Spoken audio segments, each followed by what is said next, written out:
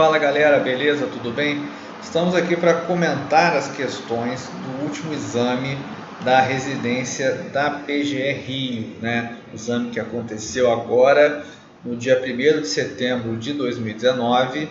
Então o curso PED vai trazer para vocês alguns comentários bem sucintos para a gente poder trazer um direcionamento de resposta. Galera, primeiramente um comentário geral sobre a prova. Muita gente já está falando isso e a gente reafirma acerca da dificuldade da prova. Foi uma prova muito difícil. Foi a prova mais difícil dos últimos anos, com certeza. Não tenho dúvida alguma em afirmar isso. Inclusive foi muito mais difícil que a prova do ano passado. O que isso significa, pessoal? Significa que as notas vão diminuir, inevitavelmente, né? E isso diminui também a concorrência. Então quem for razoavelmente bem na correção, né, quem tiver aquela benevolência da banca nas questões mais difíceis, vai atingir uma boa colocação, né? Acho que dificilmente as notas vão ser muito altas. Então você está brigando mais com a prova em si, com o examinador, do que com seus concorrentes, né? Então não precisa dar um sumiço em ninguém, não precisa botar o pé na frente do concorrente, porque você está brigando com a sua prova, porque foi uma prova muito difícil. Inclusive uma prova, pessoal, que na minha opinião cobrou pontos que estavam um pouco distantes do edital, para não dizer fora do edital, né? É um pouco complicado você falar isso, mas são pontos que estavam um pouco além do que estava no edital, tá? Então a gente vai comentar isso ao longo dos nossos comentários. E pessoal, eu vou separar em 3 vídeos, né? Um de constitucional, um de administrativo e um de processo civil. Berzani, você não vai falar de tributário? Não vou falar de tributário. Por quê? Não é minha matéria, né? Então eu prefiro não comentar, né? Naquele clássico jargão, né? Poderia até tecer algum comentário, mas a fim de não falar besteira, eu prefiro deixar isso para os professores competentes em relação a essa disciplina.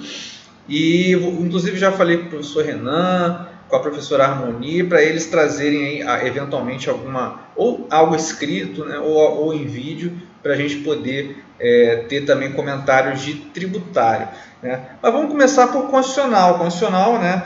É a matéria que muitos gostam e que teve uma questão mais tranquila e uma questão mais difícil, né? Vamos lá. Pessoal, a primeira questão, ela tratou acerca do controle de constitucionalidade estadual. Disserte sobre as hipóteses de cabimento de recurso extraordinário em sede de controle concentrado de constitucionalidade estadual. Pessoal, eu dei um módulo de controle e eu falei para vocês que ia cair controle estadual. Eu falei, vai cair, e caiu, né? Por quê? Porque é um tema que é de PGE. Então a gente já sabia que ia cair. Eu falei muito disso, dei um bloco só de controle estadual, porque é um tema que é muito importante. E isso que foi perguntado, a gente falou bastante aí no nosso curso, seja nos PDFs, seja nas aulas.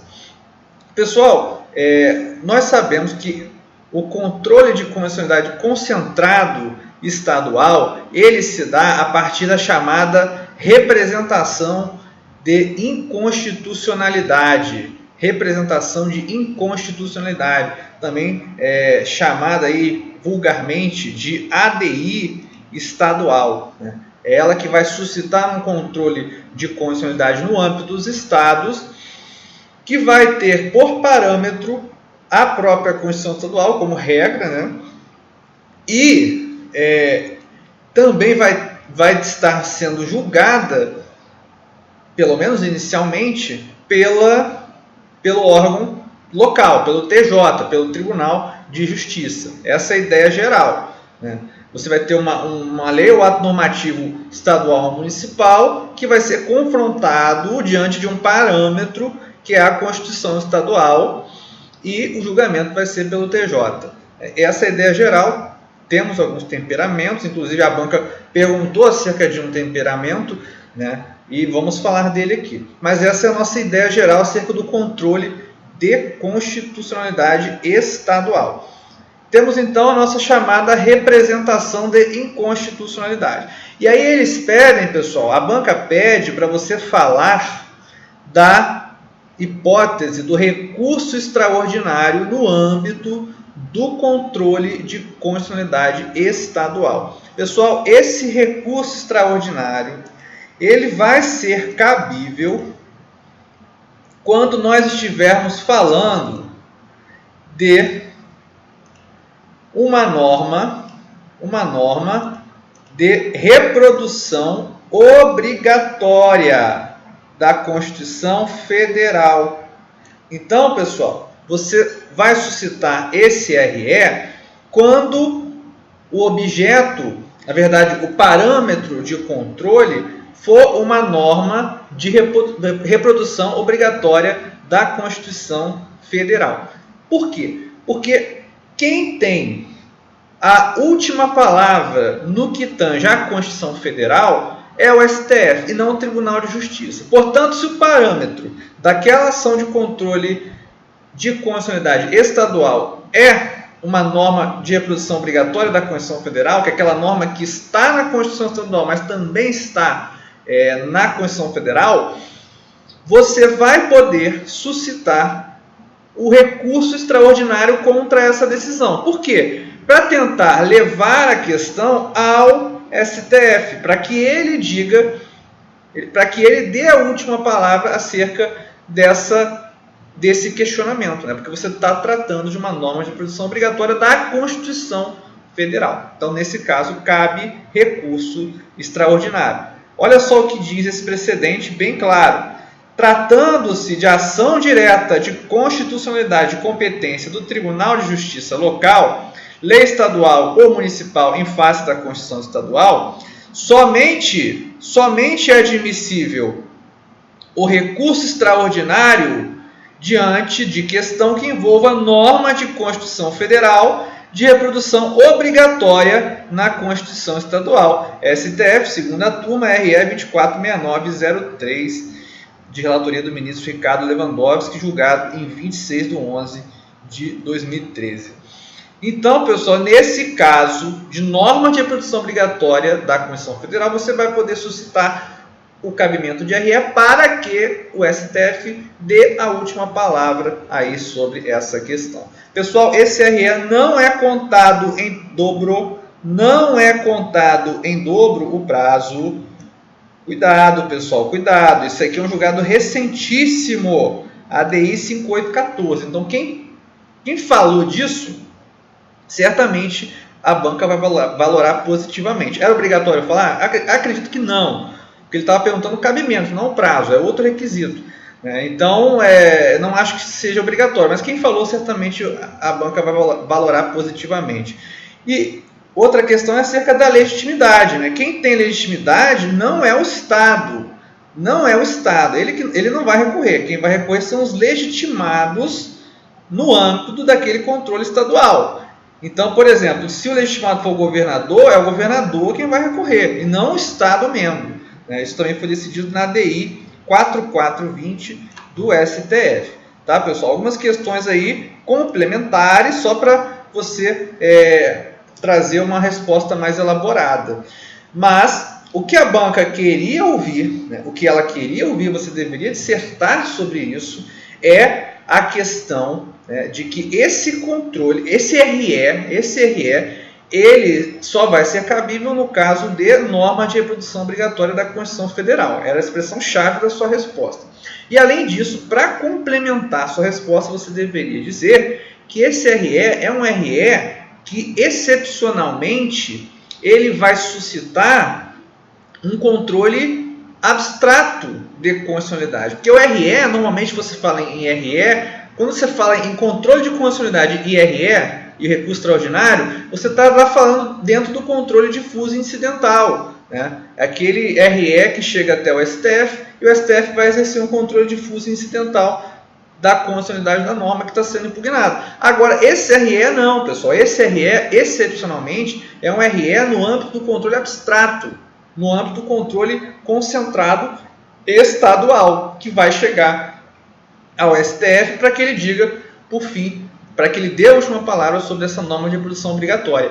E aí, pessoal, outra peculiaridade desse RE é que ele não vai ser um RE que produz efeitos interpartes. Ele, mesmo antes daquela discussão sobre a abstrativização do controle difuso, né, não que isso coubesse dentro da questão, mas mesmo antes disso, ele já era um RE que a doutrina e a jurisprudência entendiam que ele produziria efeitos erga omnes. Por quê? Porque ele se dá dentro de um controle concentrado, que é o controle concentrado estadual, tendo por parâmetro uma norma de reprodução obrigatória da Constituição Federal. Então, cuidado, pessoal. Essas são as linhas gerais da resposta e acredito que com isso vocês tenham conseguido aí, pontuar muito bem nessa questão. Pessoal, a segunda questão, a primeira era mais fácil, né? Isso a gente falou muito, né, nas nossas aulas, então era mais fácil. Agora, a segunda questão é mais problemática. Por quê? Porque ela aborda um tema que, na minha opinião, está além do edital. Não vou dizer que está fora do edital, porque sempre cabe uma interpretação extensiva de algum ponto ali, mas, na minha opinião, está fora. Por quê? Porque é um tema de direito financeiro.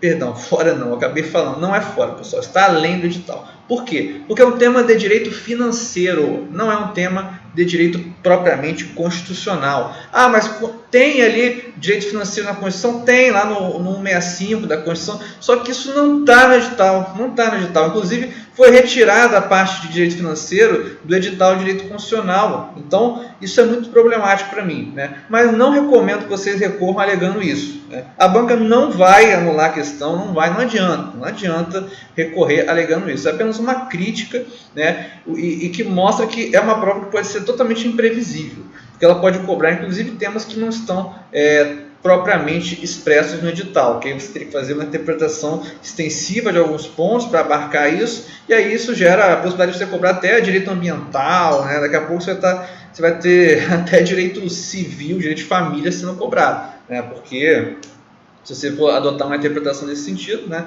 fica complicado para o aluno estudar e para a gente fazer material também. Mas, enfim, não vamos entrar muito nessa discussão, vamos responder aqui a nossa questão número 2. Suponha a aprovação de lei estadual que majore os vencimentos dos servidores da educação, conduta vedada pelo artigo 8º, inciso 1 da Lei Complementar no 59 de 2017, o regime de recuperação fiscal, ao qual o Estado aderiu previamente. Em tal hipótese, poderia a União promover o ajuizamento de ação direta interventiva? A medida seria cabível na hipótese? Pessoal, primeiramente, o que é esse regime de recuperação fiscal? Foi um regime, né, para você tentar trazer uma maior idoneidade financeira para os estados que estavam em crise, né? E aí esse regime ele trouxe tanto prerrogativas para os estados que aderissem a esse regime, quanto restrições, né? E algumas das restrições estão previstas no artigo 8º, dentre elas a impossibilidade de você majorar vencimento de servidores, né? Eu trouxe até o artigo aqui para vocês. A nossa lei, ela fala aqui, ó, no artigo 8º, vedações durante o regime de recuperação fiscal são vedados ao Estado durante a vigência do regime. Inciso 1. A concessão a qualquer título de vantagem, aumento, reajuste ou adequação de remuneração de membros dos poderes ou de órgãos de servidores, empregados públicos e de militares, exceto aqueles provenientes de sentença judicial transitada em julgado, ressalvado o disposto no inciso 10 do caput do artigo 37 da Constituição. Então, é vedado você aumentar salário durante a aderência a esse regime de recuperação fiscal. Beleza, é vedado, né? Não poderia o Estado aumentar salários durante essa recuperação fiscal.